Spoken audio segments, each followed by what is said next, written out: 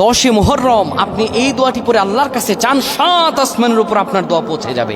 আল্লাহর কসম করে বলছি, আপনার ঋণ দূর হয়ে যাবে, সন্তানগুলো আপনার বাধ্যগত হয়ে যাবে, স্বামী বাধ্যগত হয়ে যাবে, স্ত্রী বাধ্যগত হয়ে যাবে। যা দোয়া করবেন আল্লাহ সব মনের আশা পূরণ করে দিবে। 10 মুহররম আপনি যদি আমলটি করে আল্লাহর কাছে চাইতে পারেন, আকাশের উপর আপনার দোয়া পৌঁছে যাবে। বিশ্বনবী সাল্লাল্লাহু আলাইহি ওয়াসাল্লাম বলেন, মান সাল্লা আলাইয়া আশরান ফি আউয়ালিন নাহার ওয়া আখিরিন নাহার নালাতহু শাফাআত ইয়াউমাল কিয়ামা। এমনিতে মুহররম মাস আল্লাহর কাছে গুরুত্বপূর্ণ, কারণ এই মুহররম আল্লাহ বলছেন এই মুহররম হলো শাহরুল্লাহ, আল্লাহর মাস।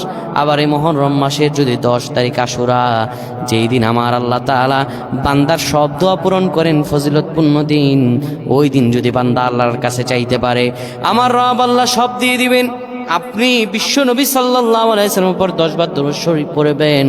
নবীজি বলেছেন, মান সাল্লা আলাইয়া আউয়ালিন নাহার, দিনের শুরুতে যদি কেউ 10 বার দরুদ শরীফ পড়ে, দিনের শেষে যদি কেউ দরুদ শরীফ 10 বার পড়ে, নালাতহু শাফাআত ইয়াউমাল কিয়ামা, আমার নবীজির সুপারিশ তার কাছে কিয়ামতের দিন পৌঁছায়া যাবে। এত ফজিলত এই 10 মুহররমের দিন আসর নামাজের পরে আপনি কিবলামুখী হবেন।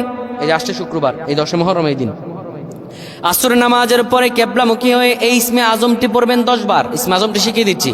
আল্লাহুম্মা ইন্নী আসআলুকা বিআন্নী আশহাদু আন্নাকা আনতাল্লাহ লা ইলাহা ইল্লা আনতা আল আহাদুস সামাদ আল্লাযী লাম ইয়ালিদ ওয়া লাম ইউলাদ ওয়া লাম ইয়াকুল লাহু কুফুয়ান আহাদ।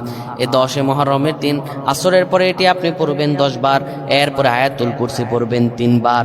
লা ইলাহা ইল্লাল্লাহু ওয়াহদাহু লা শারীকা লাহু লাহুল মুলকু ওয়া লাহুল হামদ ওয়া হুয়া আলা কুল্লি শাইইন কাদির 41 বার পড়ে আল্লাহর কাছে যা দোয়া করবেন, আমার রব আল্লাহ সব দোয়া পূরণ করে দিবেন। বলেন আল্লাহুম্মা আমিন।